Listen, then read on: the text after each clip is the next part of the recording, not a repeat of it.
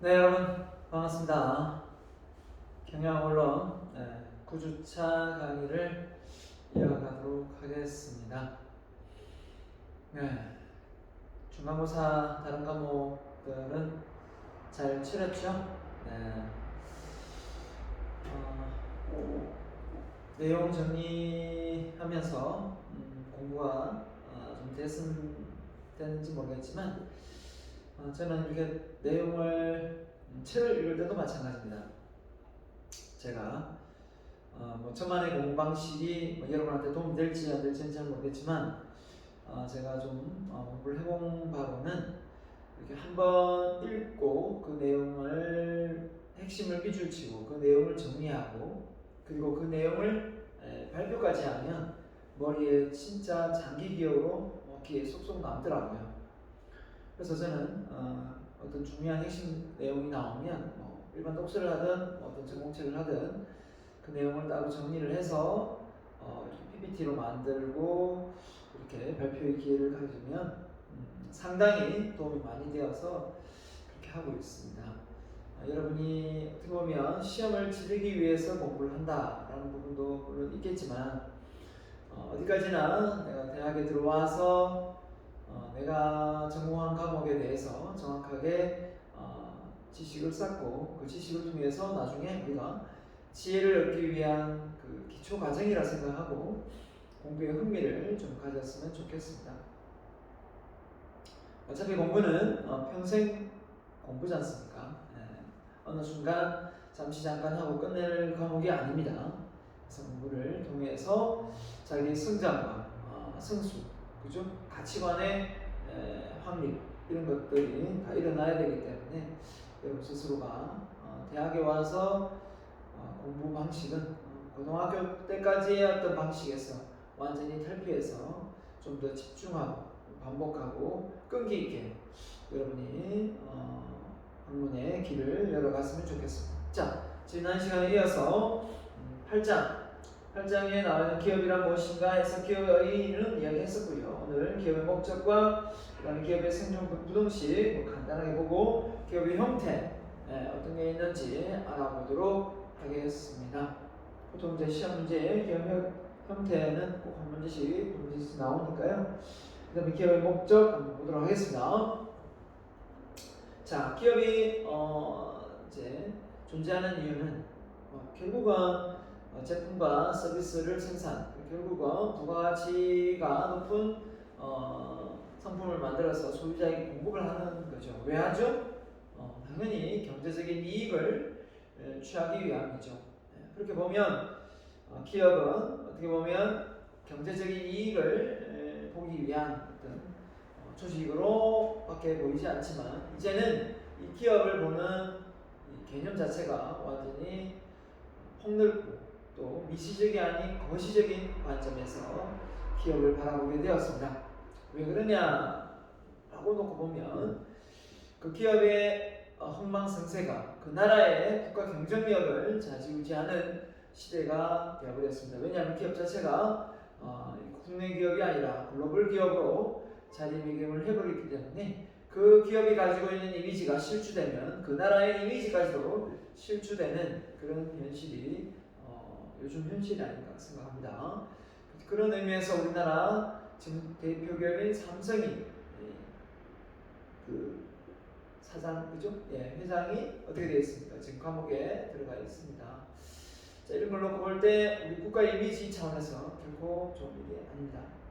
그렇다고 이런 부분을 무조건 사면 처리해서 어느 정도 넘어간다면 또 다른 기업들도 결국은 그 전체를 또 밟을 수 있기 때문에 아무튼 이게 쉬운 건 아닌 것 같습니다. 국가적인 차원에서 하고 개인 어떤 법인 기업으로서의 어떤 입장하고 상당히 많은 차이가 있는 것 같습니다.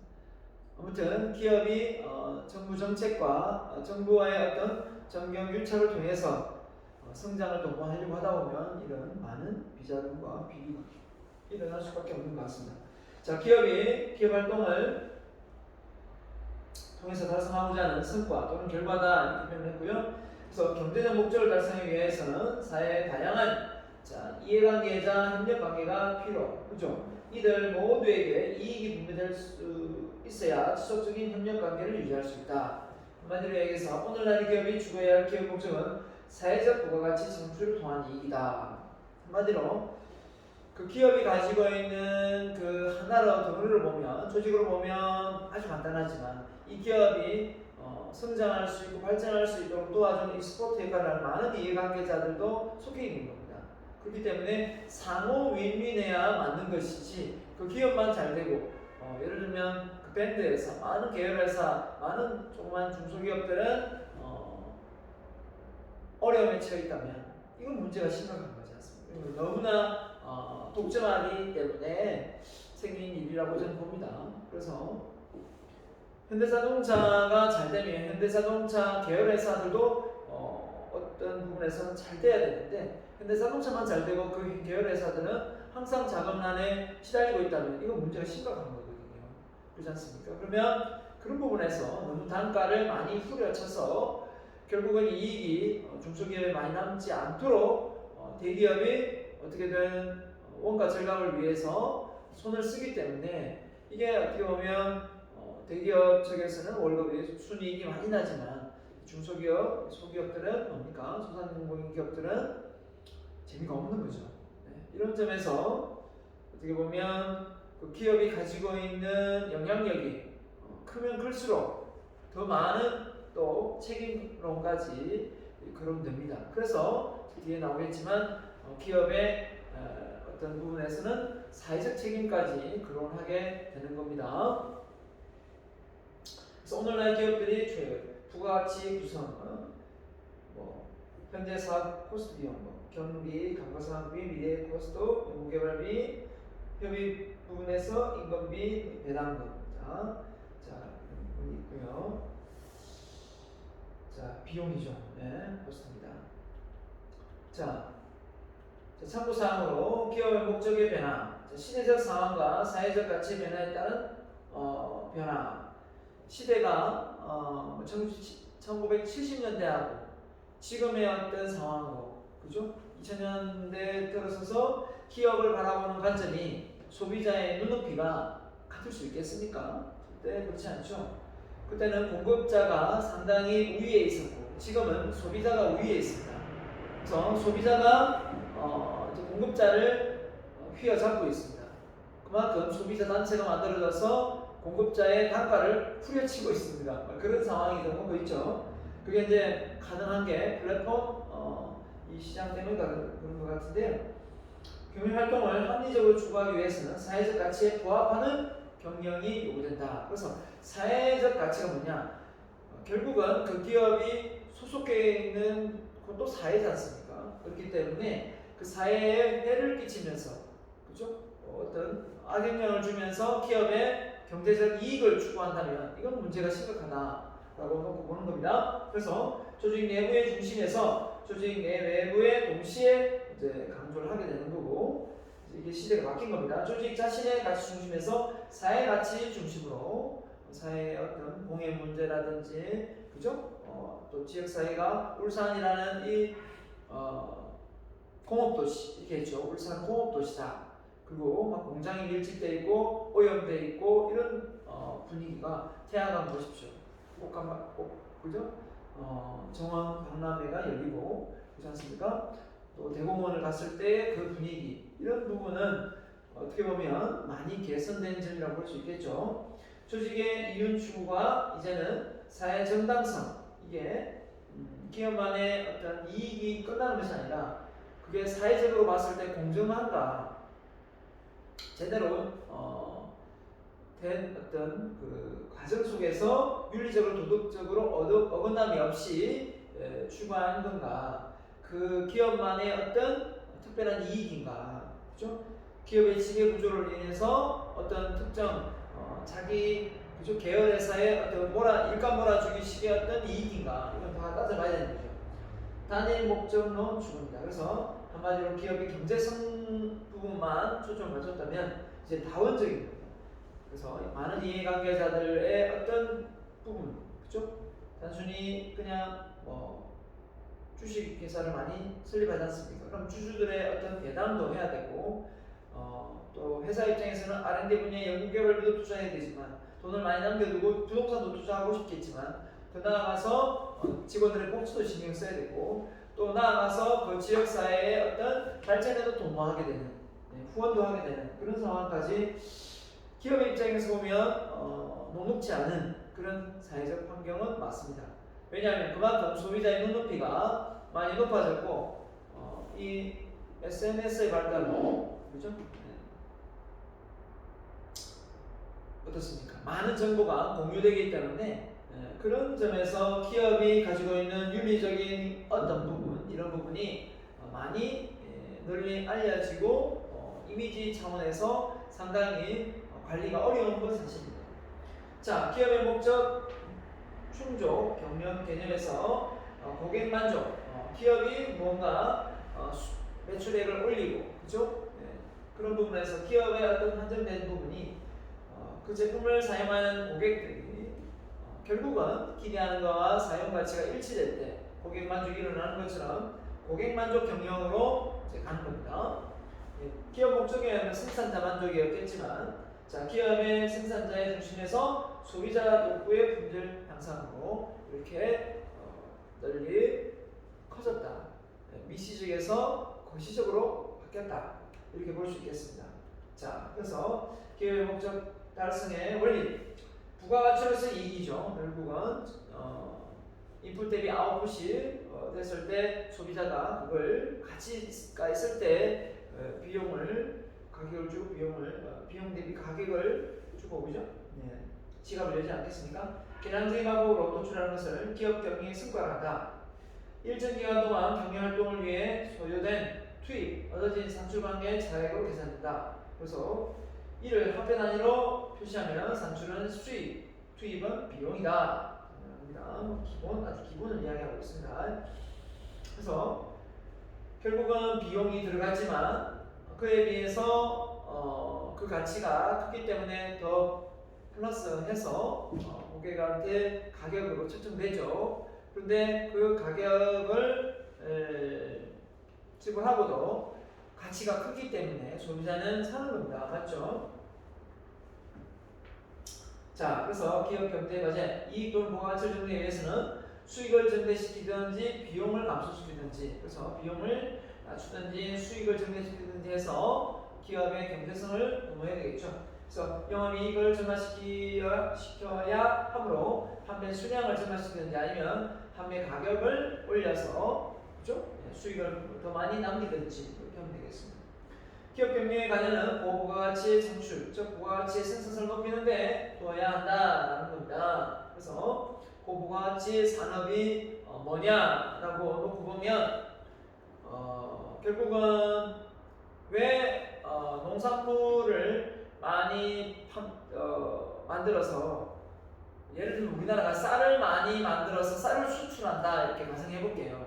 그게 그 가치는 있겠지만 뭐 혹시를 심어서 벼를 그죠? 해가지고 공정을 거쳐서 외국에 수출할 수도 있지만 자동차를 만들어서 파는 거하고 반도체를 만들어서 파는 거하고 이 부가가치가 다르지 않습니까? 그만큼 부피만 큰지 실익이 없으면 부가가치가 높은 사람이 아닌 거죠. 그런 것처럼 생산성이 뛰어난 겁니다. 생산을 위해 투입된 생산 재료수가 생산 과정에서 어떻게 생산물로 실현되는가를 나타내는 지표다. 그 한 번은 수업 시간에 부가가치가 뭐예요? 이렇게 물어가지고 갑자기 뜬금없이 부가가치가 뭐냐라고 물었을 때 저는 그 세금에 대해 부과되는 부가가치를 이야기하는 줄 알고 세금 대비 부가가치가 얘기를 설명을 했는데 나중에 알고 보니까 아버지가 부가가치가 높은 사람이 되어야 된다라는 말을 해서 다시 제가 설명을 해준 적이 있는데요. 그 부가가치가 높은 사람이 된다는 얘기는 뭐냐? 제품을 만들었는데 소비자가 찾지 않으면 그 부가가치가 높은 제품이 아니지 않습니까? 마찬가지로 내가 이 사회에 나가는데 내가 가지고 있는 어떤 재능과 능력이 쓸모가 없단 말이에요. 그럼 부가가치가 낮죠. 근데 내가 가지고 있는 실력과 재능이 부가가치가 높은 업무를 추진할 수 있는 재능을 능력을 가지고 있습니다. 그럼 당연히 연봉이 세지겠죠. 그 얘기를 하는 겁니다. 그래서 지금 아마 부가가치가 가장 높은 영역은 아마 앱 개발 이런 쪽이고요. 코딩을 잘하는 사람이 부가가치가 높은 걸로 알고 있습니다.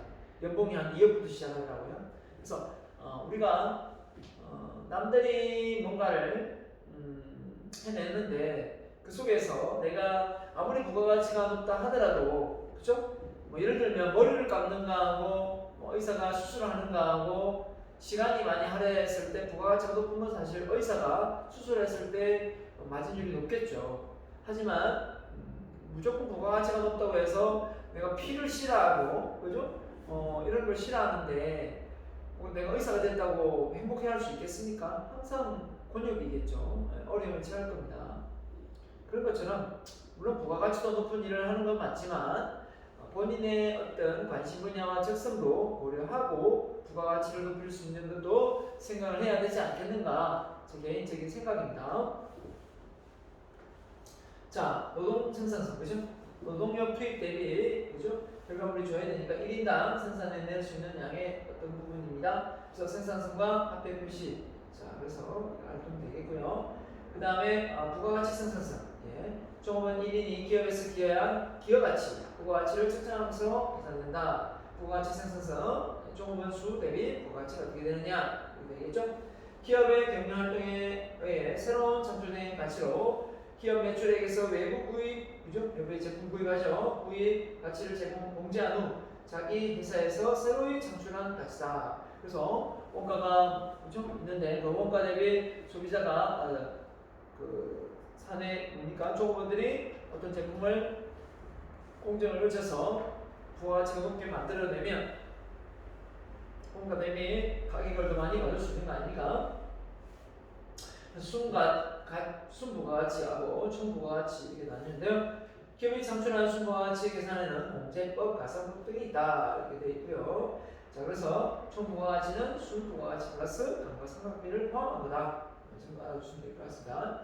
자, 그래서 경제성, 네, 일정 가치를 생산하기 위해서 투입한 최소가 낼 때 나타낸다. 그렇죠? 이 경제성이 떨어지면 결국은 그 제품을 만들 필요가 있겠습니까? 기업에서는 최소의 희생으로 최대 성과를 달성하는 경우입니다. 그래서 목표 달성도 수단 되고 전략도로 표현할 수 있다. 이렇게 했습니다. 그래서 경제성, 희생과 성과, 투입 대비 산출, 비용 대비 수익, 그죠? 원가 대비 이렇게 되어 있고요. 그 다음에 보시면 될 것 같습니다.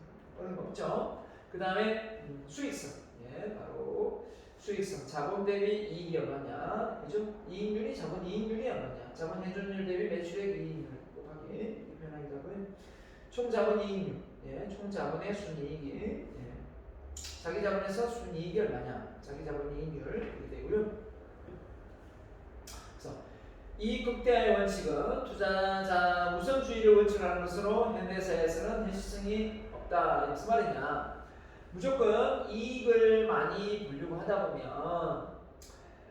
배당을 많이 안 하겠죠. 투자주들에게 배당을 많이 안 하겠죠. 삼성은 배당을 많이 하지만 또 안 하는 회사도 많지 않습니까?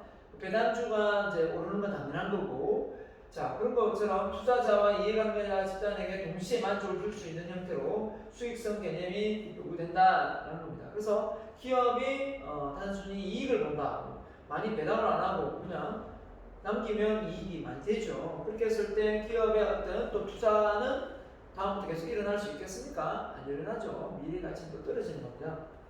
그런 것도 모두 고려하면서 적절하게 해야 되겠습니다. 그래야 소비자가 신뢰하고 믿고 또 더 많은 돈을 또 쏟겠죠. 투자할 수 있겠죠. 자, 그래서 이 기업이 아까 말했지만 단일론적인 목적으로 해서 다원적인 목적으로 바뀌었다지 않습니까? 그 이익 목적론을 주장한 사람이 누구냐? 이 책에는 없지만 프리드만이요. 프리드만은 뭐라고 했냐? 시장의 메커니즘에 의해서 경제적인 기능을 중심으로 수행해야 된다. 시장의 메커니즘에 의해서 경제적 기능을 중심으로 수행해야 된다. 이 정도까지는 당연한 거죠. 자본주의 국가가 공산주의가 사회주의가 아니다 그냥. 근데 개인의 이익이고 사회 전체의 이익이라는 고전적 경제학보다 이게 문제입니다. 개인의 이익이고 사회 전체의 이익이다. 개인이 돈을 많이 벌면 그 돈이 또 세금을 많이 낼 것이고 결국은 전체적으로 사회가 발전할 것이다. 어떤 단편 일률적인 부분에서 보면 잘 맞지만 그러면 기업을 운영하는 운영자의 입장에서 보면 많은 수익을 내지만 그 개인이 보면 또 개인이지 않습니까? 개인 기업이 되니까 그럼 그 기업 내에서 일하는 사람들은 또 뭡니까? 소속되어 있는 거죠.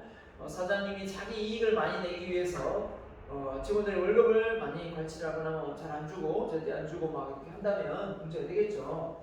그래서 어떻게 보면 기업은 본질적으로 이익 극대화를 위한 경영 활동을 수행한다 이렇게 본 거예요. 여기에 동참한 사람이 아담 스미스, 그다음 리카도 등 고전 경제학파 이론이고 수익과 비용을 관계해서 수익이 많아야 이윤을 창출한다는 당연한 걸 이야기하고 있습니다. 그래서 기업은 이익의 진정한 가치의 수준을 높여야 한다고 주장하는 학파입니다. 그래서 기업은 이익에 대한 진정한 가치 수준을 높여야 한다.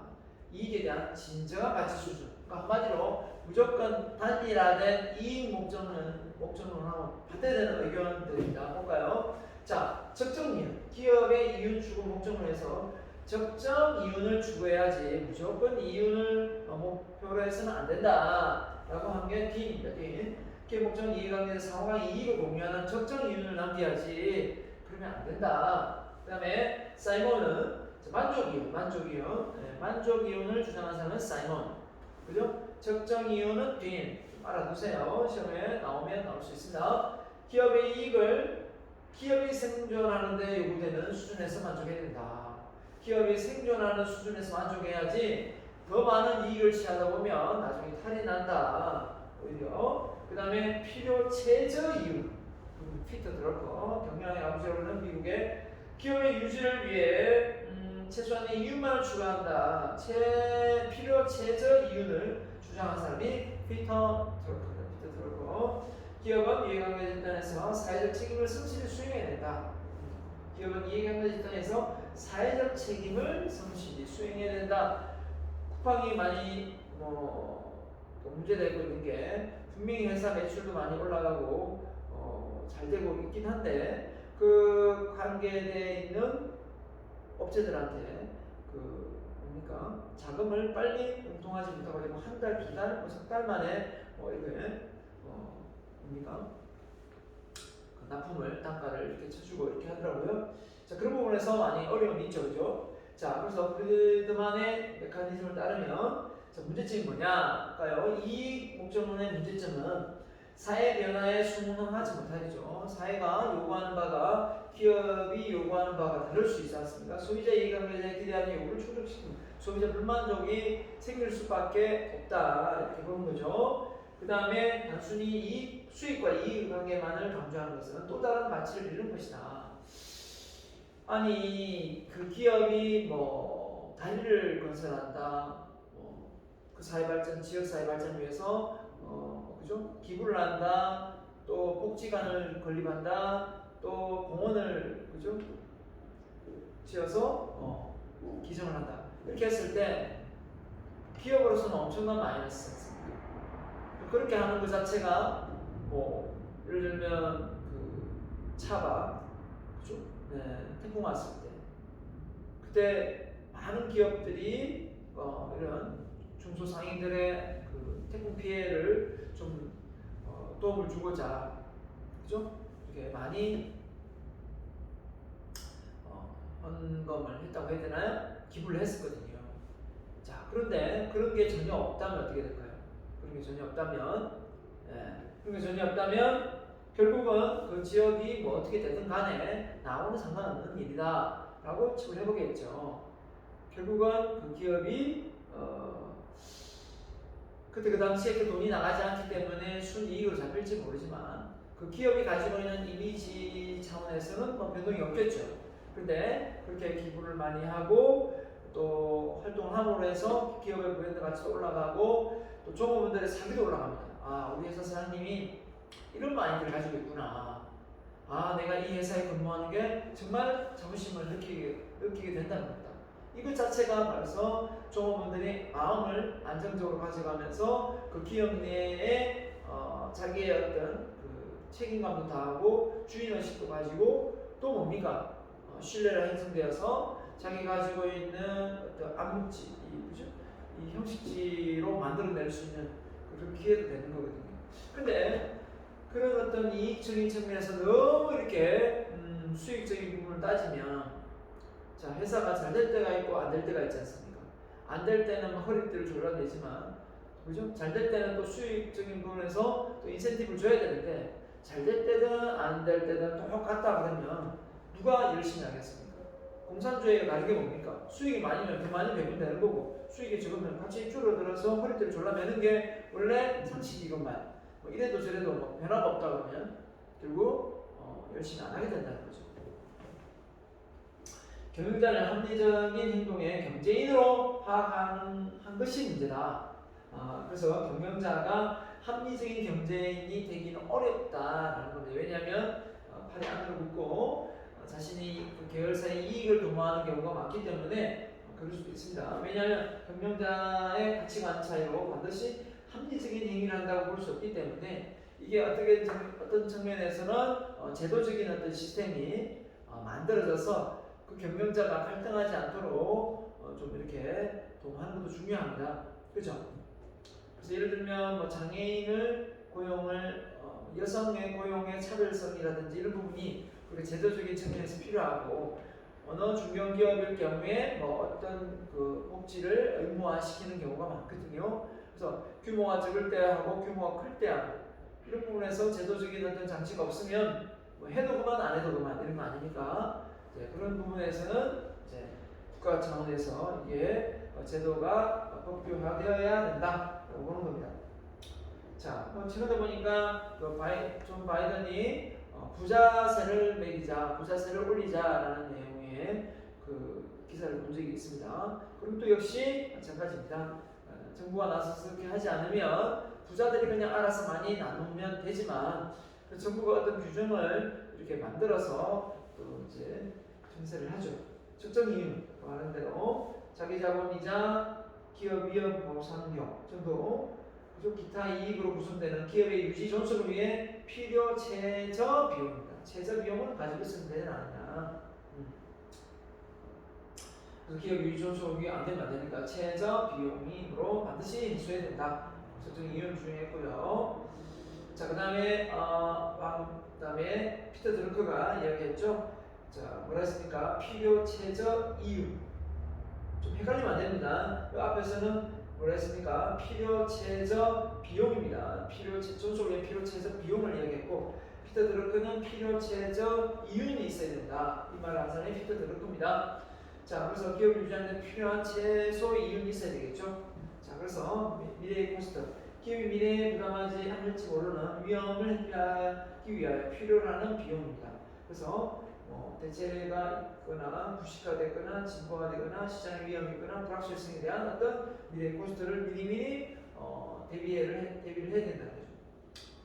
그래서 사업 확장 코스트, 미래의 사업 확장 필요성이 있을 때 기업 스스로 자기 그죠? 파이낸스는 금융으로 자금 조달이 가능하도록 할 수 있는 이윤 수준을 말한다. 그래서 미래가 앞으로 크게 성장하고 발전하기 위해서는 R&D 분야에 투자를 해야 되는데 그 부분을 뭐 배당을 가지고 그죠? 다시 또 대출을 받아서 할 수는 없는 거니까 그런 부분까지 고려하면서 기업의 어떤 전체적인 부분을 끌고 가야 된다, 이끌어 가야 된다라고 보는 거죠. 만족이에요.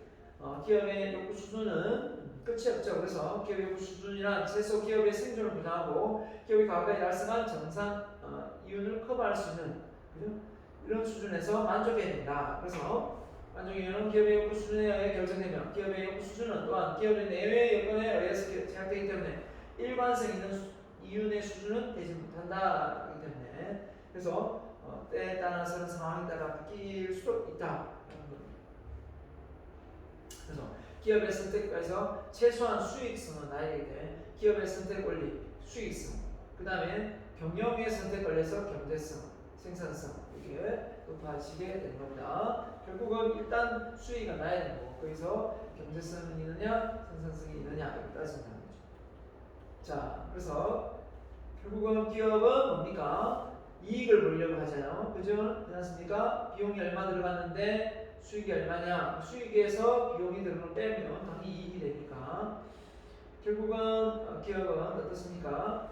영업 이익을 증가시키기 위해서 소비자가 기업이 생산하는 제품 서비스를 구매하게 되는데 자, 그래서 예를 들면 어떻게든 이 밸류 가치가 가격보다 높아야 되겠죠. 가격보다 높아야 이 가치가 있는 제품을 소비자가 그 가격에 구매를 하지 않겠습니까? 좀 당연한 겁니다. 소비자가 밸류가 낮은데 돈을 내고 사지는 않겠죠. 네, 그래서 지각하는 효용을 의미한다. 그래서 소비자가 지불하는 가격보다 제품 서비스의 밸류가 가치가 클 경우에만 구매를 하게 됩니다. 가치가 없고 쓸모가 없는데 구매를 하지는 않습니다. 소비자는 시각 가치를 가격과 비교하여 구매 결정에 결정하게 된다. 지각. 소비자가 보는 거죠. 소비자 머릿속에 계산하는 지각 가치. 그 perceived value라고 했네요. 지각 가치. 오케이, 좋습니다. 제품이 가격이 비용보다 커야 한다. 그래서 당연한 거죠. 그래서 비용보다 가격을 낮게 할 수는 없잖아요. 마이너스 호흡을 할 수는 없으니까. 자, 당연한 거고. 결국은 비용보다 가격이 높고 가격보다는 가치가 높아야 된다. 당연한 아주 초딩 같은 얘기를 하고 있습니다. 자, 그래서 다음 내용으로 넘어가도록 하겠습니다. 그러면요, 기업의 형태입니다. 기업의 형태는 규모에 따라 대기업, 중소기업, 그죠? 소기업 이렇게 나뉩니다. 이게 이제 기업의 매출이냐, 종업원 수냐, 자본금이냐 여기에 따라 분류가 되기도 합니다. 자, 업종에 따라 광업, 공업, 상업, 금융업, 통신업 이렇게 나뉘고요. 출자의 따위가 출자의 성향에 따라 공기업, 사기업, 공사, 공동기업 이렇게 합니다. 출자 누가 하나 돈을 처음에 자본 누가 되느냐 이거죠. 법제도에 한명 합작 유한 주식회사 이렇게 해서 벤처기업 이렇게 법인에 대한 법제도 소유 방식에 따라 개인기업, 인적 공동기업, 자본적 공동기업, 다시 공동기업 이렇게 분류가 되게 됩니다. 자, 그래서 중소기업 그러면 참고하십시오. 이걸 시험 문제 나오지는 않습니다. 근로자 수 300명 미만, 자본금액 80억 이하 이렇게 되어 있네요. 광업, 건설업 또는 300억 미만 30억 이하 이렇게 되어 있습니다. 중소기업법에 중소기업 기본법에 나와 있습니다. 이건 보면 될 것 같고요. 계열사 자산 총 10조 이상인 기업 집단 내용이었습니다. 넘어가겠습니다. 이거. 그 다음에 중견기업에 대한 부분 또 1,000명 이상, 총자산 5,000억 원 이상 이런 게 되어 있는데요. 이런 거 시험 문제 나오지는 않겠습니다. 참고하세요. 매출액 1,500원 이상 이렇게 되어 있습니다.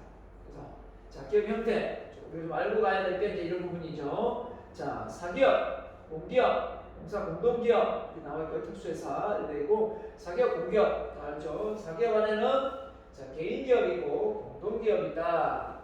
사기업 안에 개인기업, 개인이 하는 거고요. 그래서 일명 개인 사업자들이 되는 겁니다.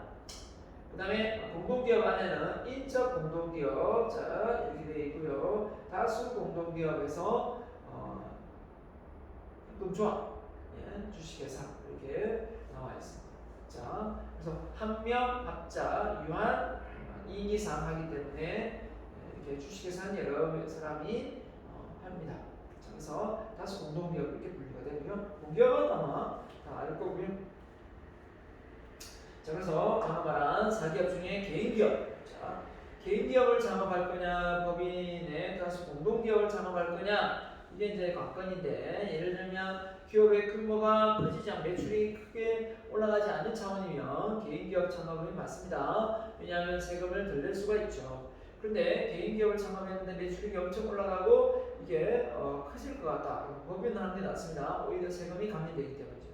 자, 이런 점에서 그 규모가 매출액 부분에서 세금 부분하고 엮이기 때문에 개인 기업을 할 거냐, 법인을 할 거냐 차이가 있겠죠. 자, 개인이 한 사람이 출자, 경영, 소유 또는 지배하는 기업입니다. 그래서 경제 모든 위험과 손실을 출자자인 개인이 다 부담하기 때문에 무한 책임을 집니다. 그래서 단독 기업이라고 표현을 합니다. 자, 장점이 볼까요? 개인 기업의 장점 좋은 게 많습니다. 기업의 수익과 폐쇄 본인이 알아서 다 합니다. 누구한테 허가도 받을 필요도 없습니다. 경영활동에서 신속한 의사결정 혼자서 다 하죠. 자, 위험 부담, 이윤 취득 혼자서 하기 때문에 기업 경영에 전념하겠습니다. 법률상의 제약 규제가 적습니다. 그래서 법인 되면 규제도 많이 받습니다. 기업의 비밀 유지가 가능합니다. 내 돈이 그냥 내 돈이죠. 세제 면에서 법인세가 없고 이윤에 대한 개인 소득세만 납부하게 됩니다. 그래서 이렇게 되고요. 그 다음에 세제상의 혜택을 누릴 수가 있습니다. 자, 좋은 점 엄청나게 많죠. 그러나 또 안 좋은 점도 있습니다. 뭐가 있냐? 자본 조달이 어렵습니다. 주식회사는 그죠? 주식으로 발행을 하지만 이게 안 되지 않습니까? 은행하고만 거래하고 담보 대출만 가능합니다. 신용대출도 가능하지만 금리가 엄청 세죠. 부채에 대한 소유자가 본인이 다 갚아야 되죠. 그래서 무한 책임을 집니다.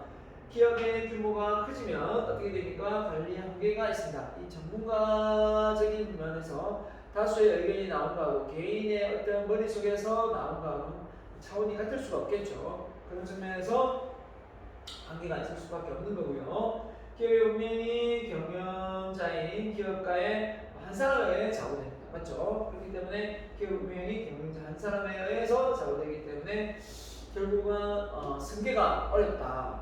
그렇죠? 개인 기업은 다시 창업을 하지 승계가 안 됩니다. 그냥 개인 기업은 개인 기업인 거예요. 오케이. 자, 그래서 한 사람에 좌우된다. 자, 그래서 소수 공동기업 뭐가 있었습니까? 2인 이상 있었죠. 뭐 한 명 합자, 그죠? 있었는데 출자자 수가 소수인 다수인가에 따라서 소수 공동기업, 다수 공동기업은 아니다. 다수 공동기업은 아까 협동하고 주식회사 있었죠. 소수 공동기업은 법제도에 따라 인적인 성격을 갖는 인적 공동기업이다. 자, 한 명 합자, 유한, 및 법상의 조합, 익명조합으로 나눠진다. 이렇게 되어 있습니다. 소수 공동기업 이렇게 되어 있고요. 그래서 이게 다수 공동기업이 있었지 않습니까? 네. 근데 발긴 수를 여기도 많이 제안을 했었는데요. 이걸 이명박 정부 때 발긴 수를 주식회사를 아예 없애버렸습니다. 그래서 1인이 혼자 해도 주식회사 법인을 만들 수가 있다라고 되어 있는 겁니다. 그리고 돈이 5천만 원 있어야 되는데 그것도 없애버렸죠. 벤처기업은 2천만 원이 있어야 벤처 창업을 할 수 있는데 그것도 없애버렸습니다. 그래서 단돈 만 원만 있어도 가능하고요. 자, 어쨌든 간에 법정 근거는 상법이고 책임은 무한. 자, 이거 보면 아까 개인 기업은 무한 책임이었죠. 그러면 무한 책임을 지는 거는 다음 중 법인 회사 중에서 개인 기업 승인할 때 있는 거는 어디냐? 한 명 회사가 되는 겁니다. 무한 책임, 개인 기업 승인이 가장 강하잖아요. 자, 무한 유한 같이 다 있는 게 많이 줍니다. 직원들이 무한 책임을 지는 직원도 있고 유한 책임을 지는 직원도 있고. 자, 주식회사하고 유한은 많이 비슷합니다. 하지만 차이가 있다면 뭐가 있냐? 정관 작성이 필요한데 의결기관 주주 똑같은 조직 병역 합병할 때 뭡니까? 2인 이상 50인 이하 기업체 300인 이하. 자, 이거 외국계 기업이 우리나라 들어왔을 때 유한 기업을 많이 창업합니다. 주식회사보다. 왜냐하면 회계 보고를 하지 않아도 됩니다. 그렇기 때문에 유한 회사를 창업 많이 해요. 회계 공고 의무가 없습니다.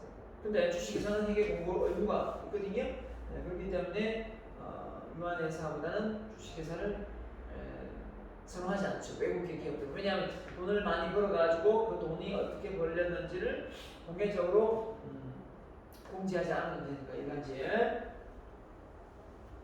한 명 회사 보겠습니다. 2인 이상 출자자가 공동으로 출자하고. 잠깐만 이거 좀 설명을 해야 되는데요. 자, 주식회사, 유한회사는 거의 비슷한데 보세요. 합병할 때 불가능합니다. 그죠? 자유롭게 할 수 있고 주식회사하고만 합병이 가능합니다. 유한회사는 맞죠? 자유롭게 가능합니다. 주식회사는.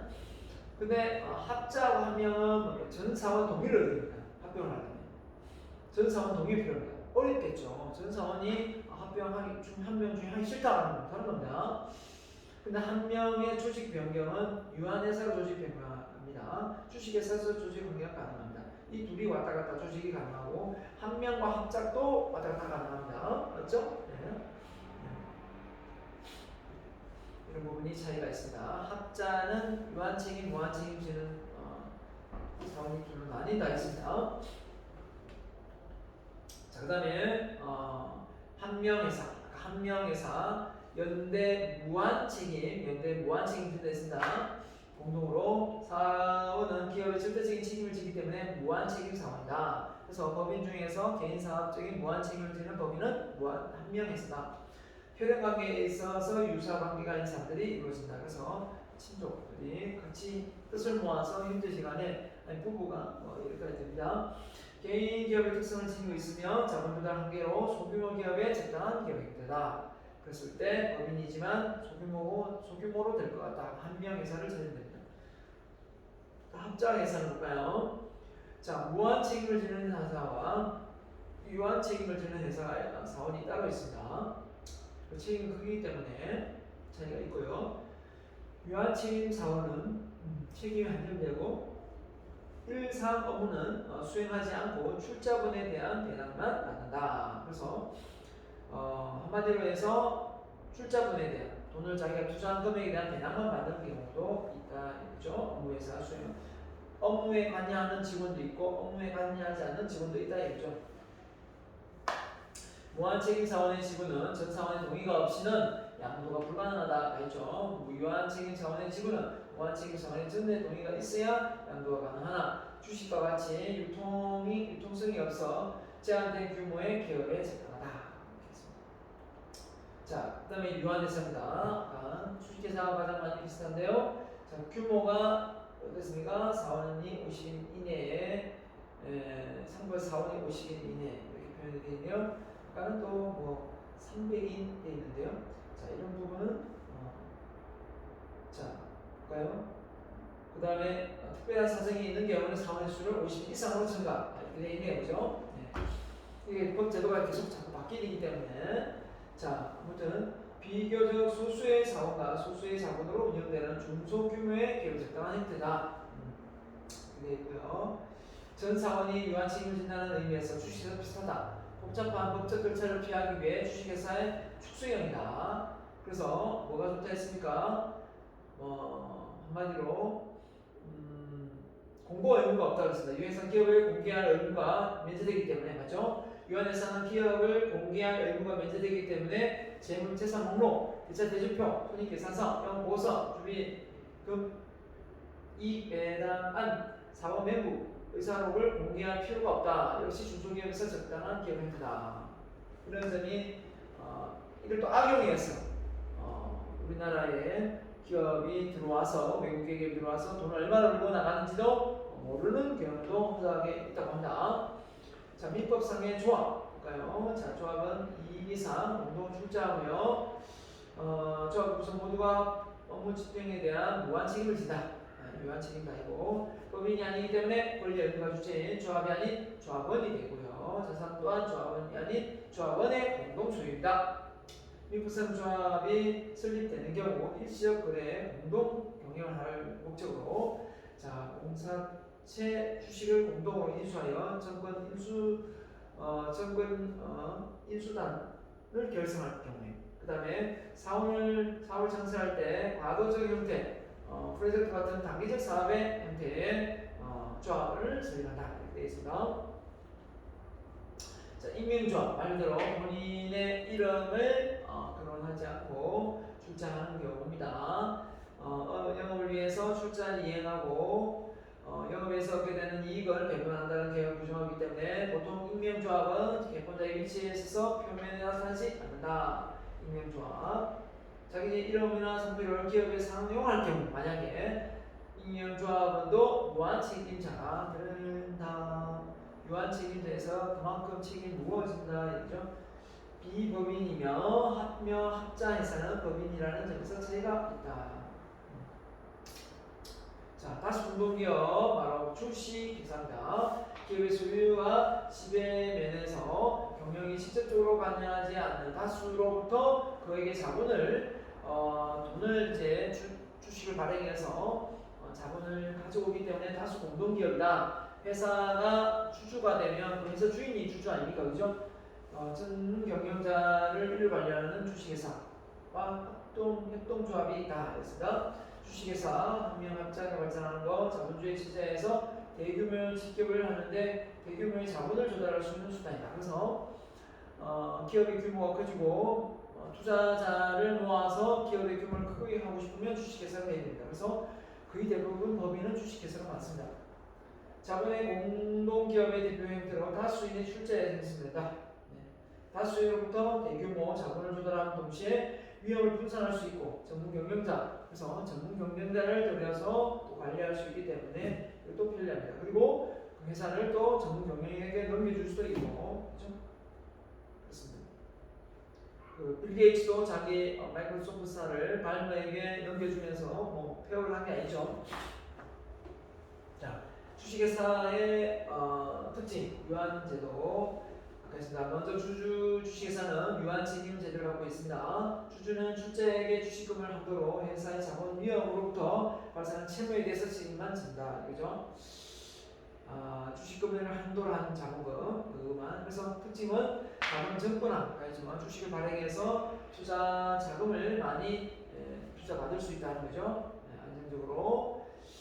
그래서 경영자는 기업의 자본이 영구자본으로 남기를 원하고, 자, 경영자는 돈을 뭡니까? 자본이 영구적으로 남기를 원하고 투자자는 그 돈을 좀 배당을 받기를 원하겠죠. 이럴 때 양자가 상충될 때 고안된 것이 자본의 정권화 제도다. 그래서 주식을 사고 팔 수 있게끔 이제 만들어 주는 거죠.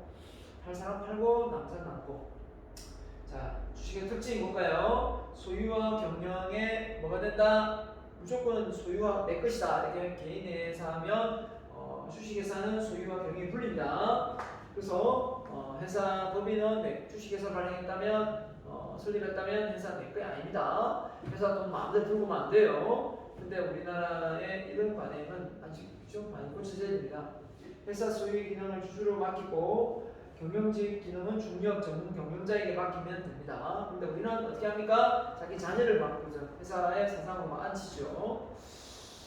그래서 자기가 지분율을 많이 가지고 있다 보니까 그 파워로, 그죠?